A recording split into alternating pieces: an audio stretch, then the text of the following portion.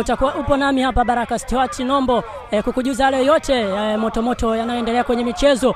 Kubwa zaidi tuko hapa na mashabiki wa Young Africans hapa Karume kuzungumzia mchezo wa dabi ya Kariakoo. Wao wamejiandaaje dhidi ya wekundu wa Msimbazi. Nipo na mzee wangu hapa, atajitambulisha jina kisha atatoa maoni yake kuhusiana na dabi. Habari yako? Asante, salama. Majina naitwa Mohamed Zuberi, napatikana Karume, tawi la Yanga sokoni. Mtazamo wangu mimi kwenye dabi ya Dar es Salaam Young Africans dhidi ya Simba Sports Club. Dabi ipo kwa sababu ya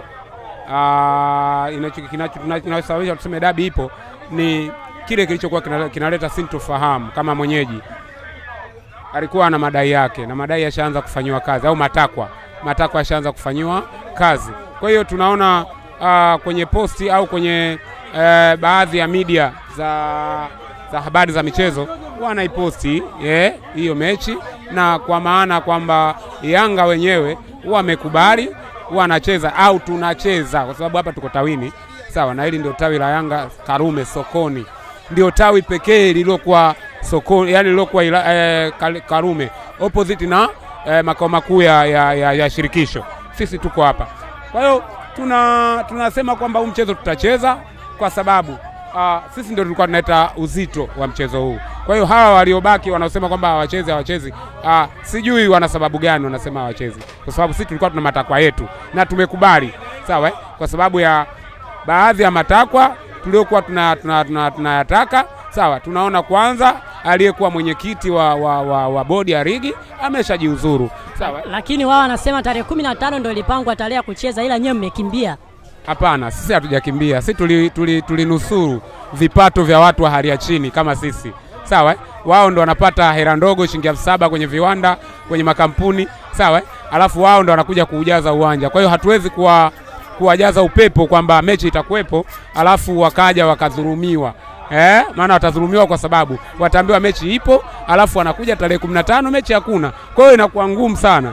Kwa hiyo tukaona tunusuru lile mapema, kwa sababu mechi sisi tulijua kwamba hakuna mechi. Kwa hiyo kwa sababu tumejua hakuna mechi, basi ilikuwa rahisi sana kuambia msije. Kwa hiyo mmejiandaa vizuri na mchezo wa dabi tarehe 25, maana wao wanatamba, wanasema mliwakimbia, wanawatafuta kweli. Sisi hatujawakimbia. Katika timu ambayo tunaongoza kuifunga mara nyingi kwenye ardhi hii ya Tanzania ni Simba Sports Club. Ukiangalia kwenye hii ndani ya miaka 3-5 tu au ndani ya misimu hii 4 ambayo Yanga anasumbua, utagundua kwamba Simba amenyanyasika, ameshafungwa mara 4 na hii akifungwa ni ya 5. Kwa hiyo ndio wao walikuwa wanaitaka dabi. Sawa? Kwa maana kwamba walijua Yanga haendi ili wakapateza mezani. Lakini baada ya kugundua kwamba Yanga Afrika sasa anakuja kweli, ndio wao wamezila, wamenuna. Wanakuambia mbona tarehe ile hamjaja? Lakini kwa nini unajua? Kwa sababu tu ya kile kilichotokea Dodoma. Sawa? Kwamba amekwenda mwenyekiti wa klabu ya Simba kwenda kuitikia wito wa rais. Sawa? Katika wito mkubwa, ukiacha wa mzazi wako aliyekuzaa, hakuna wito mkubwa zaidi ya rais wa nchi. Sawa? Rais akikuita maana yake sio ombi, ni amri, unatakiwa uende ukamsikilize. Kwa hiyo Muktaza Mangungu amekwenda kumsikiliza rais. Rais ametoa malalamiko yake, ametoa mapendekezo yake. Na mzee amekubali. Sasa kuna nani zaidi ya Muktaza Mangungu kwenye Simba? Sasa tukija hapo, mnyewe mlikuwa mnadai ripoti. Je, ripoti yenu mmeiona? Ripoti ya mechi iliyopita au ya uchunguzi wa mechi kuahirishwa? Ripoti hatujaiona. Sawa? Lakini ripoti hata kama hatujaiona, ripoti inafanyiwa kazi kwa vitendo, kwamba wale waliohusika kwenye lile tukio wanawajibika. Sasa kuna shida ripoti tena hapo? Hapa napo panahitaji degree. Lakini mlikuwa mnahitaji ripoti mzee. Sisi hujatuelewa. Sisi tulikuwa hatuna shida kubwa, yani kwenye vipaumbele vyetu vitatu. Sisi tulichokuwa tunakihitaji, sawa, namba 1 ni mwenyekiti wa bodi ya ligi. Namba 2 CEO wa bodi ya ligi. Sawa. Namba 3, sawa, ni mwenyekiti wa ni katibu wa shirikisho. Sawa? Huyo Kidau. Sawa? Wote, sawa? Wote kuna wawili tayari washashikishwa adabu. Sawa? Kuna mmoja bado, ndio maana ukaambiwa na afisa habari wa Yanga Afrika kwamba kuna mpango wa muda mfupi na mpango wa muda mrefu. Yes, tunakubali. Huu wa Kidau ni mpango wa muda mfupi, muda mrefu. Kwa hiyo kama ni mpango wa muda mrefu, no doubt, muda ukifika. Basi tugeukia upande mwingine hapa. Kuna shabiki wa Yanga labda anaweza kutujuza mawili. Habari yako? Bwana Fashi, mambo vipi? Fresh. Jina naitwa Fadhili Asmani Shabani. Ya, bwana Fadhili Shabani, umesikia ujumbe kuhusiana na FIFA kuja kushughulikia takwa la TFF. Wanadai kwamba kuna kanjanja janja huku TFF. Wewe unasadiki ni muda sahihi wa FIFA kuja kuchunguza haya madudu yanayoendelea kwenye ligi yetu? Jana nimesikia habari hiyo, kama FIFA wamekuja watatuma wakilishi wao kuja Tanzania kuja kuchunguza habari ya TFF, sababu kuna wamesikia, yani kuna ugomvi wa uwishi. Sasa mbona bora watume wakilishi wao waje wachunguze hizi habari na kuja kusimamia uchaguzi mwezi wa 8. Kwa hiyo habari ya FIFA kuja kwetu sisi huko tunafurahia kwa jambo la kwanza. Ili ya mambo kama kweli hapo basi yanyoshwe. Na ukiangalia FIFA akija akijua ligi yetu inafungiwa na mpira wa bongo utakuwepo. Wewe kama mshabiki kwako inakukata kidogo ile morali, na umezoea kutizama mpira, umeshakuzoea kuona wachezaji, hii itakuja kukupa wewe shida kwako. Kweli kwa mpira wetu hapa hawa jamaa kweli wanapokuja kama tabaini kweli wakitufungia kweli na kwa soka letu na kwa tayari sisi hatuna morali. Sasa kama Kenya walivyofungiwaga, sasa hivi ndio wamefunguliwa, ndio soka lao linaanza kurudi. Kwa mpira unakuwa sio afya, kwa sababu ushazoea sisi kusikiliza mipira yetu, kuangalia mipira na kusikiliza usajili wetu. Sasa leo wanapokuja FIFA kweli tunafurahia, lakini baadaye hatujajua madhara yake yuko mbele za kwaje. Kama watakuja kutetea labda mambo ya bani au kuja kukagua hivyo vitu vyao na kuvifuata, kwa sababu mpaka sasa hatujajua kitu gani waje kufanya wao huko.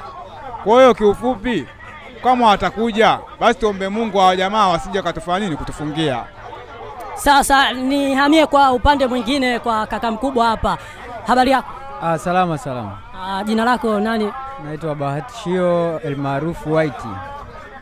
White, umejiandaje na mchezo wa dabi wa tarehe 25? Kwanza katika siku ambazo tulikuwa tunazisubiri kwa hamu ni tarehe 25. Tuna jambo letu zito sana. Jambo gani hilo? Tuambie na sisi tulifahamu. Kwanza tuna jambo na mai wetu. Baada ya kurukaruka sana, hatimaye amenasa kwenye mtego. Tulikuwa tunamsubiri sana na kimsingi wakati umefika. Lakini wao wanasema tarehe ilikuwa tarehe 15, mmeweza kukimbia. Kwa nini msingecheza tarehe 15 na mkaomba kusogeza tarehe 25? Wao wanauliza swali hilo, inabidi watueleze kwanza tarehe 8 wao walikuwa wapi na kwa nini hawakucheza tarehe 8. Wakitupatia jibu hilo basi na sisi tarehe 15 tutawapatia jibu. Kwa nini hatukucheza tarehe 15? Sawa, huyu alikuwa White. Labda nihamie kwa upande mwingine. Nigeukia hapa kwa mzee wangu hapa. Habari yako? Salama kabisa, habari ya wewe? Salama. Jina nani?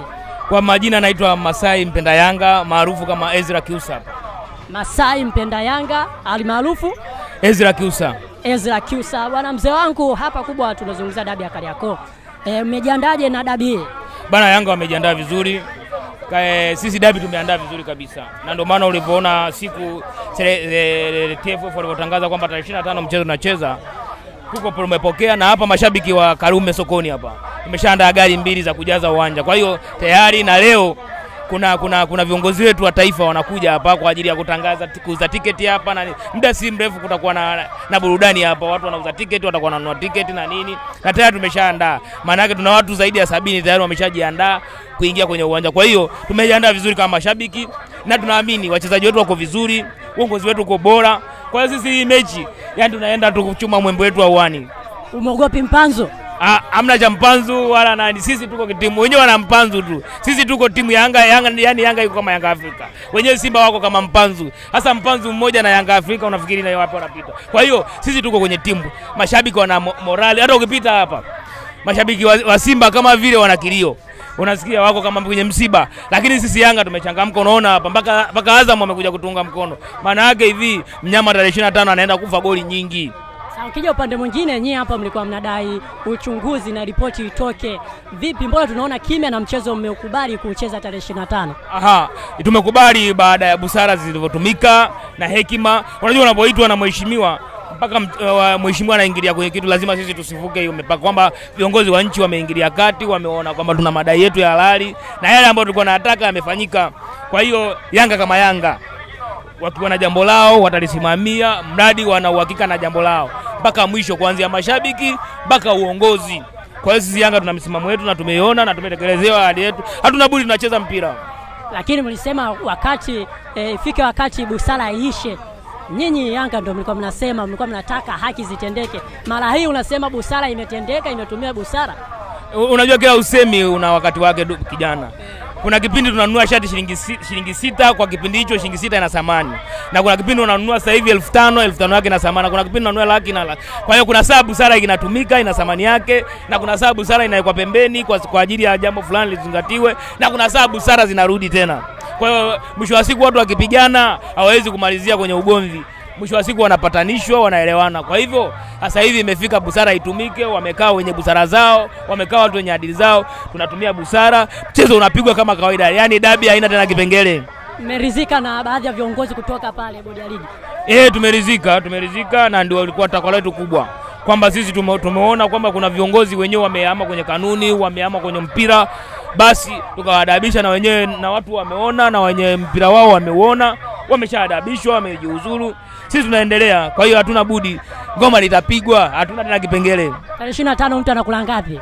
Yaani zikipungua sana 4. We acha wewe. Zikipungua sana 4. Wewe umeona wapi? Sisi wenyewe ndo kamati yenyewe ya Yanga Afrika. Kwa hiyo kabla hujaona, unaona tu kabisa kwamba huu mchezo na uweza na umudu, kila sababu zipo. Uwezo wa mchezaji mmoja mmoja, uwezo wa Yanga Afrika sasa hivi kwenye pichi, uwezo wa mashabiki sisi ambao tumejiandaa. Unaona kabisa furaha kabisa, tunaona kabisa tunaenda kushinda hii mchezo. Kwa hiyo nyota njema huonekana mapema. Yanga wameshaona kabisa mapema hii hamna timu hapa Tanzania bara ambayo inaweza kuimudu Yanga Afrika. Kwa hiyo Yanga hamna timu yote itakayobabaisha kwa hapa Tanzania. Kwa hivyo huu mwembe wetu wa uani dogo unauchuma kama utakavyo. Yaani unaamua leo nichume matunda 4, leo nichume 3, leo nichume 1, leo nichume 2, au leo nikayavundike ndani kivisi utingishi. Kwa hiyo Simba kama mwembe wetu wa uani tunaenda kuchuma mwembe wetu 4. Ikipungua sana magoli 4. Utanifuata baada ya mpira tarehe 25. Asante sana. Mimi nitakuja hapa, mimi nitakuja tarehe 25. 4 muhimu. Tarehe 25 njoo. Nashika kwako 4. 4 tayari. Huyu alikuwa mzee Masai Israeli mpenda sifa, si ndio? Ngoja tugeukie kwa upande mwingine. Habari yako? Salama mkubwa. Jina lako nani?